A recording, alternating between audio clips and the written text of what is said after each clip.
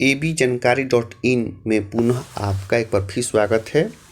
और आज के इस वीडियो का टॉपिक है वह बिहार डीएलएड के फर्स्ट ईयर के परीक्षा के तैयारी से संबंधित है। और आपको जानकारी ये होगा ही कि किसी भी परीक्षा की तैयारी के लिए पिछले साल का प्रश्न पत्र देखना अति आवश्यक है, क्योंकि उसी प्रश्न पत्र के आधार पर हम परीक्षा की तैयारी करते हैं। क्योंकि पिछले साल के प्रश्न पत्र देखने से हमें बहुत सारी जानकारियाँ मिल जाती हैं जिससे हम लाभ उठाते हैं। जैसे क्वेश्चन का स्टैंडर्ड क्या है, कितने प्रश्न पूछे जाएंगे, कितना समय मिलेगा, कैसे प्रश्न लिखे हैं इत्यादि। बहुत सारा हेजिटेशन दूर हो जाता है अगर हम पिछले साल का प्रश्न पत्र देखते हैं। तो इसी को ध्यान में रखते हुए ये बिहार डीएलएड का लास्ट पेपर है जिसे कोड है F12 और विषय का नाम है शिक्षा में सूचना एवं संचार तकनीकी। इसको हम आधार बनाकर आपको उपलब्ध करा रहे हैं। तो इस वीडियो को ध्यानपूर्वक सुनेंगे तो आपका F12 के बारे में बहुत सारी असमंजस हैं जिसकी जानकारी आपको नहीं है, यहाँ हल हो जाएगा, समस्या हल हो जाएगी। तो समय गंवाएं, चलते हैं कि F12 में कैसे प्रश्न पूछे जाएंगे। तो जो आपका पेपर आएगा परीक्षा हॉल में, सबसे ऊपर उस पेपर में लिखा रहेगा सब्जेक्ट कोड जो कि F12 है, और आपका कोर्स का नाम लिखा रहेगा डीएलएड फेस टू फेस प्रथम वर्ष परीक्षा 2019, और नीचे लिखा रहेगा शिक्षा में सूचना एवं संचार तकनीकी जो आपका सब्जेक्ट का नाम है। और उसके नीचे लेफ्ट साइड में नीचे लिखा हुआ है कुल प्रश्नों की संख्या 9, समय 2 घंटा। और दाहिने साइड में लिखा हुआ है नीचे कुल पृष्ठ संख्या 3 और पूर्णांक 40, यानी कि 40 अंक का यह परीक्षा जो है F12 आपका होगा। अब आगे चलते हैं कि क्वेश्चन में और क्या क्या रहेगा। देखिए नीचे लिखा हुआ है परीक्षार्थियों के लिए निर्देश, जो कि सभी पेपरों में लिखा रहता है। और निर्देश क्या क्या है, पहला है परीक्षार्थी यथासंभव अपने शब्दों में उत्तर दें। दूसरा है यह प्रश्न पत्र 2 खंडों में है, खंड क एवं खंड ख। तो ये तो सभी पेपर में है, जितने भी पेपर हैं F1 से लेकर F11 और F12 में भी, कि बिहार डीएलएड के फर्स्ट ईयर के जितने भी पेपर हैं सबके प्रश्न 2 भागों में विभाजित हैं, एक शॉर्ट क्वेश्चन और एक दूसरा लॉन्ग क्वेश्चन, एक खंड क और दूसरा खंड ख। और 3 में लिखा हुआ है सभी प्रश्न अनिवार्य हैं। 4 में लिखा हुआ है खंड क में विकल्प के साथ 6 प्रश्न दिए गए हैं, 6 प्रश्न, जिनमें से प्रत्येक प्रश्न का उत्तर 75 से 100 शब्दों में देना है और प्रत्येक प्रश्न 5 अंक का है। खंड क में विकल्प के साथ 6 प्रश्न दिए गए हैं, जिनमें से प्रत्येक प्रश्न का उत्तर 75 से 100 शब्दों में देना है और कितने अंक के होंगे, तो 5 अंक के होंगे। वहीं खंड ख में कह रहा है कि खंड ख में कुल 3 प्रश्न दिए गए हैं। देखिए इस तरह से अलग है कि खंड ख में पेपर 12 में 3 प्रश्न हैं, किसी एक प्रश्न का उत्तर 200 से 250 शब्दों में देना है, जिसके लिए 10 अंक निर्धारित हैं। अब चलते हैं सीधे क्वेश्चन कैसा है। तो देखिए यहाँ लिखा हुआ है कि क्वेश्चन पर चलते हैं। सेक्शन ए आ गया खंड क, और यहाँ स्पष्ट रूप से लिखा हुआ है प्रत्येक प्रश्न का उत्तर देना अनिवार्य है। एक बात और बताना चाहते हैं कि अगर वीडियो स्पष्ट रूप से दिखाई नहीं दे रहा है तो आप वीडियो क्वालिटी बढ़ाकर इसको देख सकते हैं, स्पष्ट रूप से दिखाई देगा।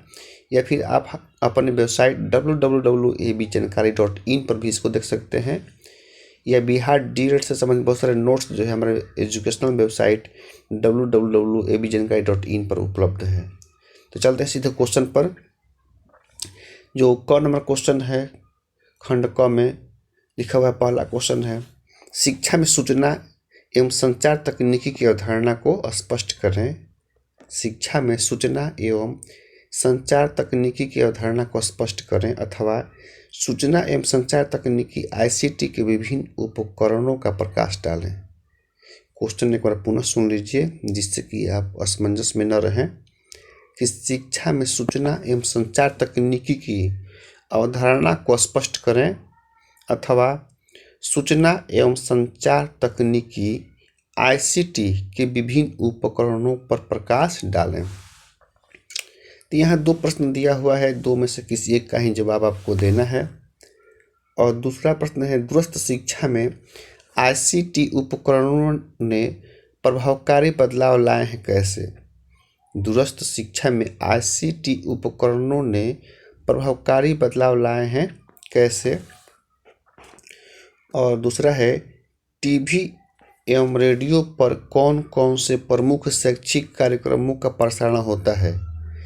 टीवी एवं रेडियो पर कौन कौन से प्रमुख शैक्षिक कार्यक्रमों का प्रसारण होता है। तो ये दोनों में से किसी का आपको जवाब देना है, चाहे तो इसका स्क्रीनशॉट लेकर भी रख सकते हैं।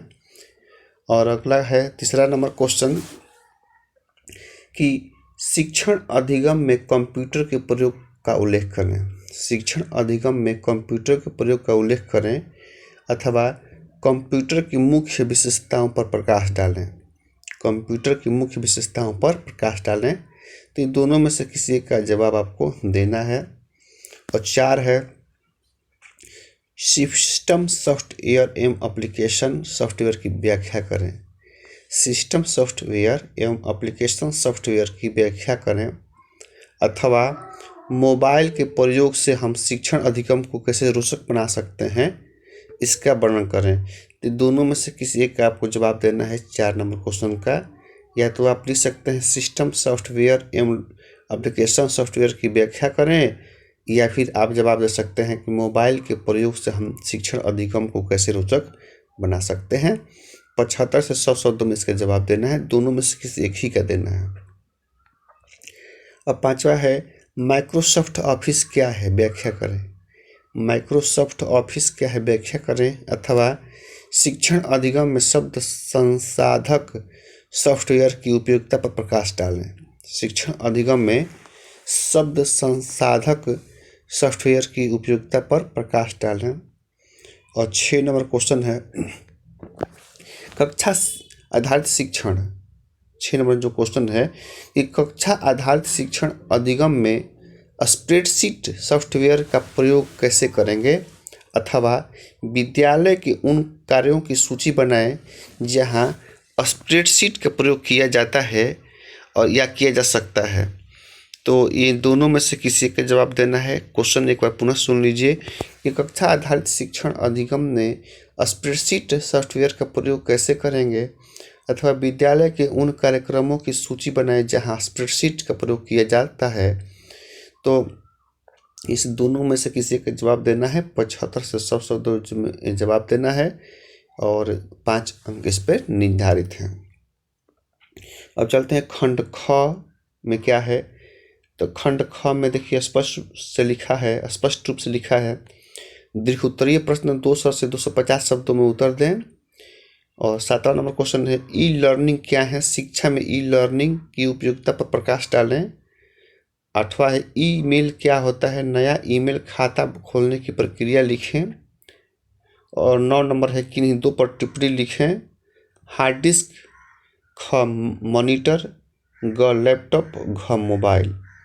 तो इस जो 4 क्वेश्चन है इसमें से आप जवाब दे सकते हैं। और सुन लीजिए 7वां है ई लर्निंग क्या है, शिक्षा में ई लर्निंग की उपयोगिता पर प्रकाश डालें। 8वां है ईमेल क्या है, नया ईमेल खाता खोलने की प्रक्रिया लिखें। और 9वां है किन्हीं 2 पर टिप्पणी लिखें। और पहला है हार्ड डिस्क, दूसरा है मॉनिटर, तीसरा है लैपटॉप और चौथा है मोबाइल। तो इस प्रकार आपका बिहार डीएलएड का सभी पेपरों का क्वेश्चन का पैटर्न समझ में गए होंगे। फर्स्ट ईयर का ये पेपर 12 था, अंतिम पेपर था। अब इस एबी जानकारी यूट्यूब चैनल पर आपको 12 पेपर उपलब्ध हो गया है। आप उसका आधार बनाकर कोई भी तैयारी अच्छा से कर सकते हैं। अगले वीडियो में हम क्वेश्चन भी बताएंगे, इंपॉर्टेंट क्वेश्चन जो परीक्षा में आ सकते हैं। इसके लिए हमारे चैनल को सब्सक्राइब करें एवं अपने दोस्तों के बीच शेयर करें। इसी के साथ इस वीडियो को हम समापन कर रहे हैं। जय हिंद, जय भारत।